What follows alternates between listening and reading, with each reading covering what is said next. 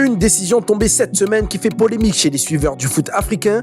La FIFA a décalé la date à laquelle les joueurs pouvaient rejoindre leur sélection pour préparer la Coupe d'Afrique des Nations au Maroc. Les joueurs devaient être libérés le 8 décembre, mais comme l'a annoncé l'équipe, la FIFA a décidé de décaler cette date d'une semaine, donc pour le 15 décembre, soit une semaine avant le début de la compétition. Une bonne chose pour les clubs qui certains joueront la Coupe d'Europe le 9, 10 et 11 décembre prochain. Mais du côté des sélectionneurs, cette nouvelle est un manque de respect, comme a déclaré Gernot Rohr, sélectionneur du Bénin, et c'est jugé dramatique pour Patrick Baumel, son homologue en Angola. Une préparation chamboulée pour toutes les nations africaines, comme me le confirme Mansour Loum, journaliste chez Sport News Africa. Ça va se passer comme beaucoup de sélections. Mais par exemple, moi, je vous donne l'exemple du Sénégal.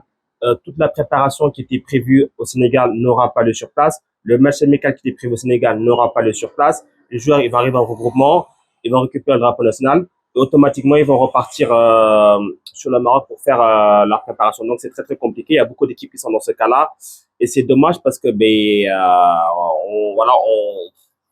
on jette en l'air tout un plan de programme de préparation pour 24 équipes et c'est vraiment dommageable. Il serait temps que nos dirigeants africains quand même commencent à se réveiller un petit peu, commencent à s'unir et essayer de peser un petit peu plus sur les instances mondiales.